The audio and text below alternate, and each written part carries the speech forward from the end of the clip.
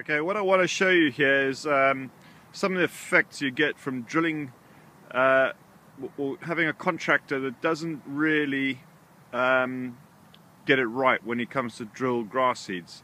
Now, I think, as everyone can see here quite plainly, there's lines of seed.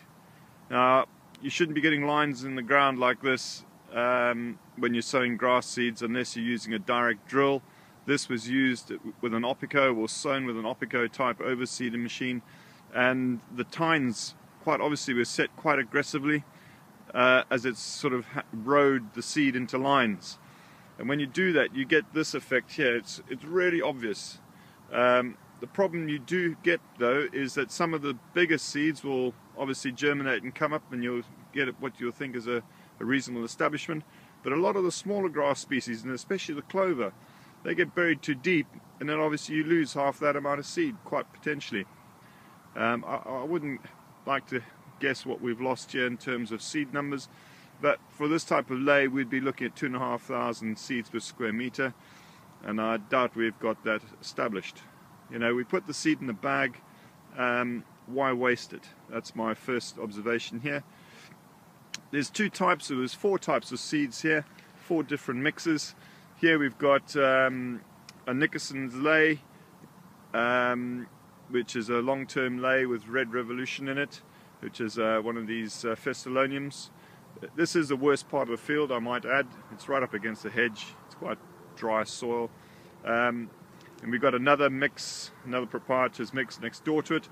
There's definitely a colour change when you step over the line between the two. The lights, the one on the left is definitely a lot lighter in colour than the mix on the right. That could be something to do with the fact that all the seed on the right hand side of the picture here has got a phosphite and potash seed coating. It's also got thiram on it, so it resists the amount of damping off. But again, similar sort of mix, similar sort of establishment, but again, these lines, you should not be able to see lines like this in a grass mix, when it's just been established, even especially so on light soils like this. The best way to do it is broadcast it and roll it in with a Cambridge roll type machine, Cambridge roll type. This is a long-term grazing mix. You've lost a lot of the seed, a lot of the coverage. You're going to require this all to sort of fill in and knit together over a period of time, but obviously it allows weed species to come in like you're seeing here. And then you have to look at the costs of either spraying it out, or a loss of the first cut, or depending on what you're going to use it for. As I say, this is going to be grazing, so you're going to have weeds in the sward which have to be tackled. Obviously you get thistles getting well established. It just adds pressure to the mix right from the start. But anyway, we'll walk on. This is, as I say, this is the competition's grass here. As you can see, as you get into slightly better soils, it starts to knit together, and it's looking a bit better. Can't quite see the lines anymore.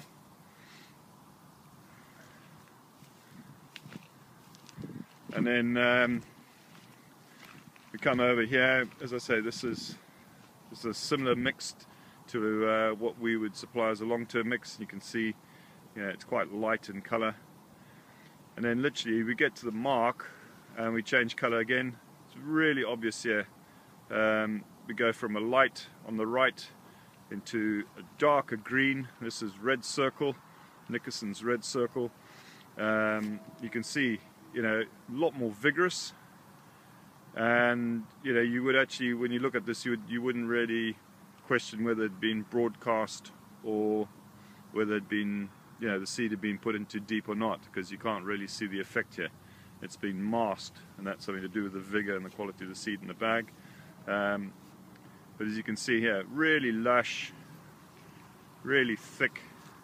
Again, when we get onto some bonier patches, you get this gap here where he's missed with a drill. Lots of clover in here. It's looking really vigorous. Walking on, we'll walk over the brow.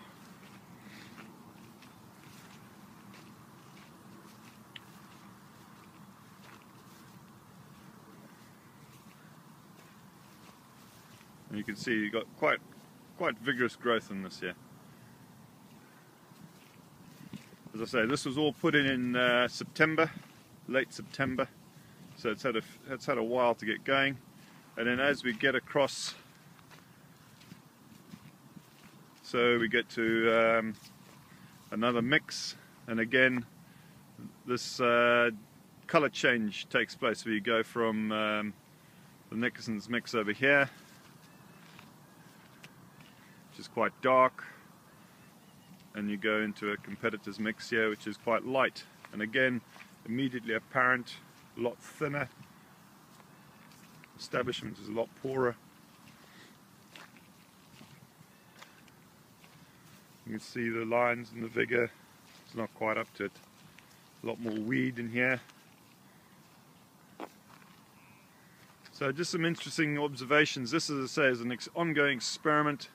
We'll see how this pans out over the next few years in terms of yield and everything else. A lot of interest in the area on this. But you know, again, it comes down to critical methods of establishment. I've always said that, you know, if you want to do a long-term grass mix, you want to broadcast the seeds on just like Mother Nature intended. Don't put them too deep, roll them in, get it onto, obviously into a nice firm seed bed, get them rolled in nice and tight, and let Mother Nature do its stuff. You know, if we put the seeds too deep, here we end up with more problems and less production at the end of the day than necessary. Cheers for now.